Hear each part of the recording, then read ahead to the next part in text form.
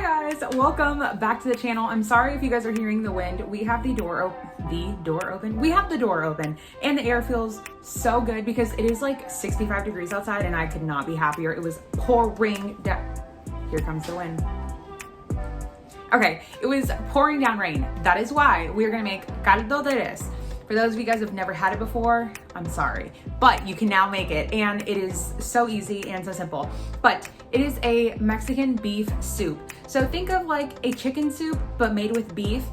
Oh my gosh, it is the perfect meal for a cold day, a rainy day, a snow day, a fall day, any day that ends with a Y, basically every single day. But we're gonna make it and I don't know what is with me doing this, and yeah, that's pretty much it. I finally have all the ingredients for everything and I can stop substituting, so yeah. All right, let's get into it. I really hope this wind is not too terrible, but it's making my flame go like, you know, like sideways. So we might have to close the door and it might get a little bit dark, but that's okay. Okay, in the bottom of our heavy bottom Dutch oven. Oh God, why can't I have a video where I'm just like not stuttering over myself? Anyway, long story short, don't come for this pan. I want to get a Le Creuset. If I can't even pronounce it, why should I even buy it? But that thing is so damn expensive and I don't know if I really need it. Those of you guys that have, okay, my little snappable screen door just unsnapped itself. Yeah, this wind is crazy. Anyway, if you guys have that pot, let me know if you guys think it's worth it. I don't know what size to even get. I got this at Target for $50 when my husband and I got married, and I've had this for years, and clearly I use it all the time. But in the bottom, we're just gonna add a little bit of olive oil. Enough to kind of give you like a good surface. We're just gonna use it to brown our beef. Now, I have a big pack of stew meat here. I wish I could like zoom out, but I have a big pack. This is 2.8 pounds. Now, I would be lying if I told you that this was not half frozen, but we do want to develop some type of color here. I personally feel, now you guys have seen me, I do it both ways. Sometimes I just toss it in and just kind of crock pot it up. Or sometimes I like to brown it and develop the flavor and the color because it definitely helps with an end result as far as just getting crispness, but still the most tender. It just works and everything looks more brown and more beautiful. But like I said, I've done it both ways. So whatever you have the time for, do it. We're just gonna start with small pieces. You don't want to overcrowd your pan. But like I mentioned, there's a little bit of fat on here as well as a couple big pieces or small pieces of ice. So don't want to crowd it, but also we're probably not going to get the most intense color because there's still a lot of moisture on this. So we're just going to swish around our oil. I don't know if you guys can hear that. Yeah, you can definitely hear that. And we're just going to get a little bit of color. Just try to break it up as much as possible, but like I said, still partially frozen, so not worried too much. Okay, we're gonna have to do the meat in 2 batches because I don't want to overcrowd the pan, but you do want to season pretty aggressively with salt. Since everything is gonna cook in this pot, we are also gonna season every single thing that goes in there because you need layers of flavor. So don't worry about the salt, don't think it's too much.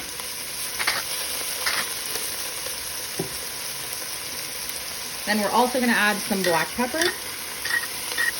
Then it's already been going for a couple of minutes on each side. Remember, if it does not lift up, then that means it's not ready to be flipped yet. But, okay.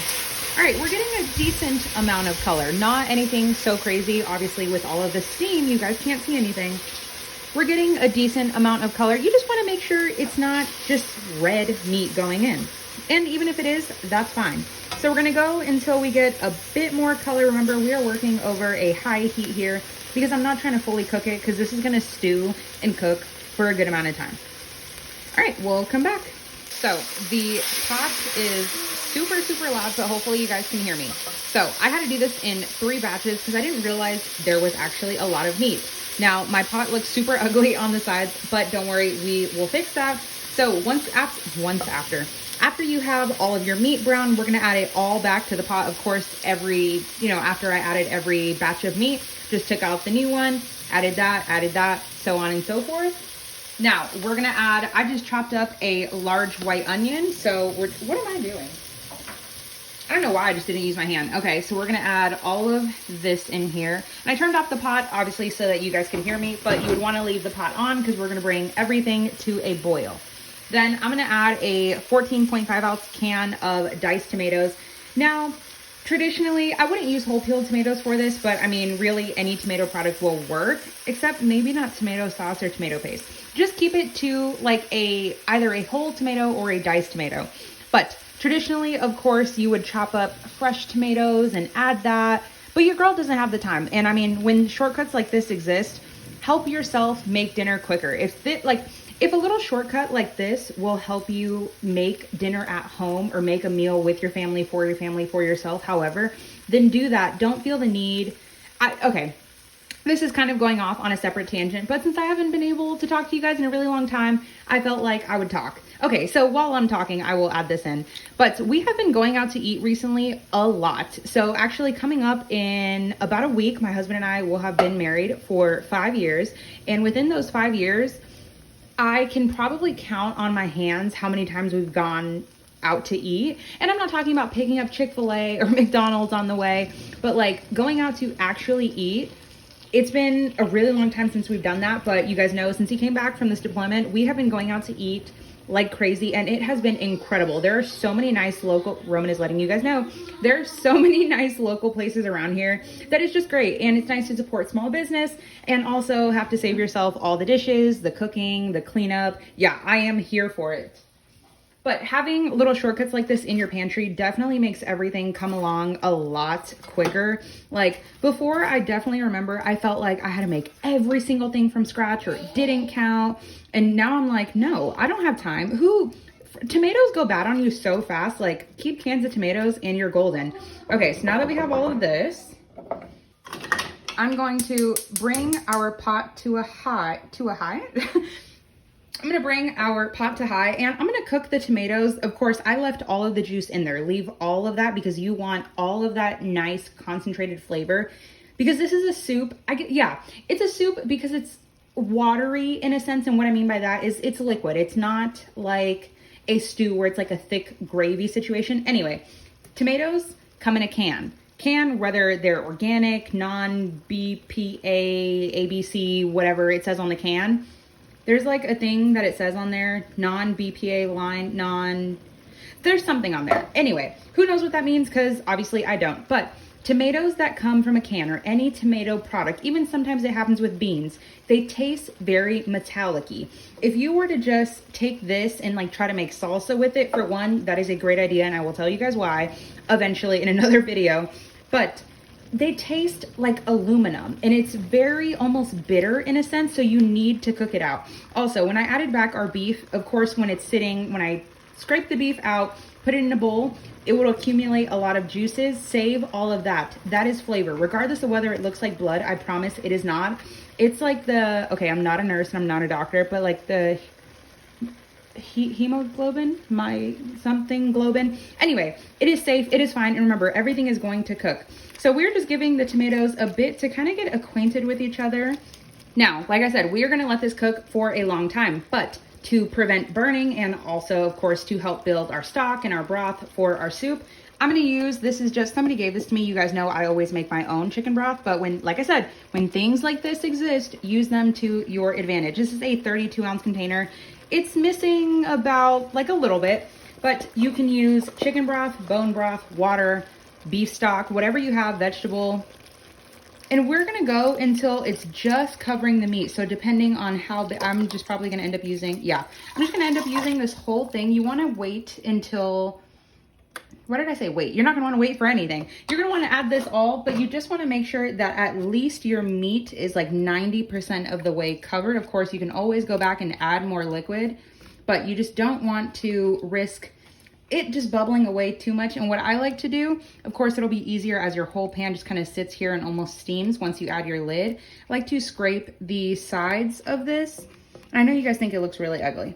Then to bump up the flavor a little bit more without adding just salt specifically, this is a little bouillon cube. I also have the shaker version. The only thing is that whenever you add it in here, I feel like it doesn't really disperse well. So I feel like I have to crack it, which I do, but then it like dyes your fingers. Anyway, I'm adding 1 bouillon cube or about a teaspoon to a teaspoon and a half of chicken bouillon powder. Then once we have all of this, we are going to grab our lid here. I still have chicken bouillon on my fingers. We're gonna add the lid. We're gonna leave this on a medium low, about a 2 or a 3 on the stove. Set a timer for 1 hour and we will come back and check on it. It is not going to be the absolute most fall apart tender, or it might be depending on how big or how small your pieces are. Just like whenever you are, you know, maybe chopping onions, the bigger they are, the longer it's gonna take to cook down. So if you can chop your meat as small as possible, not ground beef, but as small as possible, the quicker it is going to cook and tenderize for you. So we will come back in 1 hour. Okay, I checked on our meat after an hour. As you can see, I added 1 more, well, I guess you wouldn't see. There are 37 minutes left. I had to add a additional hour. So in total, we're gonna be cooking the meat for 2 hours. Of course, like I said, use the Instant Pot, use the crock pot, make it happen. Well, I guess the crock pot would take longer because it would take more hours. Anyway, point is, make it happen faster for you, maybe by using an Instant Pot or a pressure cooker or something like that. But we're gonna cook it for a total of 2 hours because we want the meat to be tender. We don't want it to be tough. You don't wanna have to, like, I was gonna do the but you guys can't see me. You guys don't wanna have to like chew through this like it's leather. So we're gonna cook it for 37 more minutes, totaling 2 hours, and then we will come back. Okay, 2 hours later, this meat is incredibly, incredibly tender. Also, this broth is like, bomb.com, so good. Now we're gonna turn our heat. Actually, okay, I'm gonna pretend like I'm gonna cook it on this burner, but I'm actually gonna put it in the back because I'm doing 1,000,001 things behind the scenes that hopefully you guys will eventually one day see. But we are gonna add 2 different things here. I'm gonna add 2 large carrots that I just diced up, and also 2 potatoes, 1 large one and 1 kind of like medium-ish one. Then we're gonna give this all a mix here. So remember earlier when I was talking about this is kind of like a watery situation here, not really a broth, kind of, or not really a broth, that doesn't make any sense. Not really a stew, it's more like a soup, liquid, not like thick gravy. Of course the potatoes have starch, so they are gonna thicken everything, but it's not gonna be crazy thick. Oh, so excited. A couple of other things we're gonna add, but we're gonna give it a minute for that. Our lid was hot, so we're gonna add all that back in. Then I'm gonna bring this up to like a medium high, slow rolling boil, if you will. And we're gonna let this cook for about 15 minutes until the potatoes are nicely cooked. Okay, once again, with the crazy wind behind us, have you guys ever taken a bite of something? It is so hot that you do like the when you're eating it and then you swallow it and then it like burns as it's going down. Yeah, basically wait till all of this stuff cools down because that was incredibly hot. But our like rough last step, and the reason I say rough is because I'm gonna give you guys a couple things that I would personally add, but of course if you are making it for, well, I'll explain that in a second. Okay, I'm gonna add a big handful, I'd say about a cup. Okay, long sleeve was not a good outfit choice here. We're gonna add 1 cup of chopped cilantro. Now, if you guys don't like cilantro, then I guess you could use parsley, but parsley to me tastes like grass, or just the last 3 letters of grass, if you get what I mean. It just tastes to me so bitter. That's why cilantro is just like my key of choice. Now, if you wanted a bit more broth, obviously, okay, I should close the door, but it is just, it's too hot in here with all the baking and all the cooking that I'm doing. I have to have some air in here. I definitely have a lot of meat. I did not need 2.18, 2.8, whatever it was. I did not need that, but this is gonna be a lot of leftover. In worst case, just add more broth or more water, chicken bouillon, water and salt, however you want. And this will be literally meals for like ever. I already know this is gonna be dinner for today, dinner for tomorrow, and I'm definitely gonna portion this out and freeze it. You'll literally have meat. How many times can I say the word literally? You will have meals for a long time. Make this and you will not have to cook for at least a good week. Okay.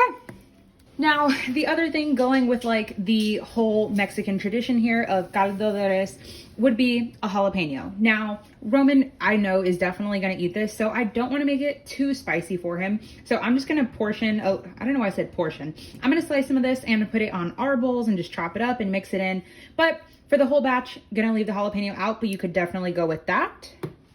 But now we just have to serve it up. Oh, actually, before we serve it up, it's also very traditional to put ears of corn in here. Just cut them into like rounds, kind of like if you were making like a seafood boil when you put things of corn in there. Yeah.